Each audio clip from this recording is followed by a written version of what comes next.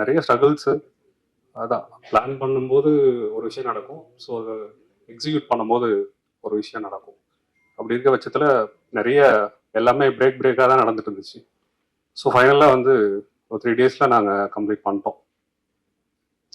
So நீங்கள் பார்த்த அந்த எண்டு போர்ஷன் எல்லாமே வந்து பார்த்தீங்கன்னா நாங்கள் பிளான் பண்ணது ஒன்று, பட்டு அந்த இடத்துல வந்து அது ஷூட் பண்ண முடியாத ஒரு சுச்சுவேஷன் வந்துச்சு. ஸோ அப்போ அங்கே லோக்கலில் வேற என்ன பண்ணலாம் அப்படின்ட்டு ஒரு ஒரு சாய்ஸ் இருந்துச்சு. சரி ஓகே, ஒரு ஒரு சின்ன ஷார்ட்கட் இருக்கு, அதுலேருந்து போனோம்னா கொஞ்சம் டைமும் சேவ் ஆகும், சீக்கிரமாக போய் ஷூட் பண்ணிட்டு வந்துடலாம் அப்படின்னு ஒரு ஐடியா வந்து லோக்கலில் இருக்க கைடு ஒருத்தர் கொடுத்தாரு.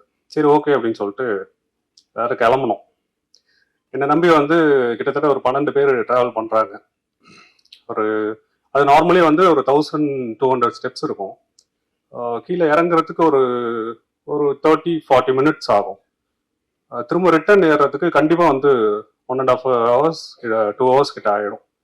ஸோ இதெல்லாம் மைண்டில் வச்சுட்டு இது ஷார்ட்கட் இருக்குது அப்படின்னு சொல்லி ஒருத்தர் சொல்கிறாரே அப்படிங்கிறனால சரி ஓகே அந்த வழியில் ட்ரை பண்ணலாம் அப்படின்னு சொல்லி ட்ரை பண்ணுறோம். கரெக்டாக டைமர் செட் பண்ணிட்டோம், எவ்வளோ நேரம் ஆகுது அப்படின்னு பார்ப்போம் அப்படின்னு சொல்லிட்டு போகிறோம் போய்கிட்டே இருக்கோம். அதாவது எல்லாத்துக்கும் முன்னாடி நான் போயிட்டு இருந்தேன். அதுக்கப்புறம் கொஞ்சம் கொஞ்சமாக பின்னாடி வந்து கடைசியாக என்னால் முடியல.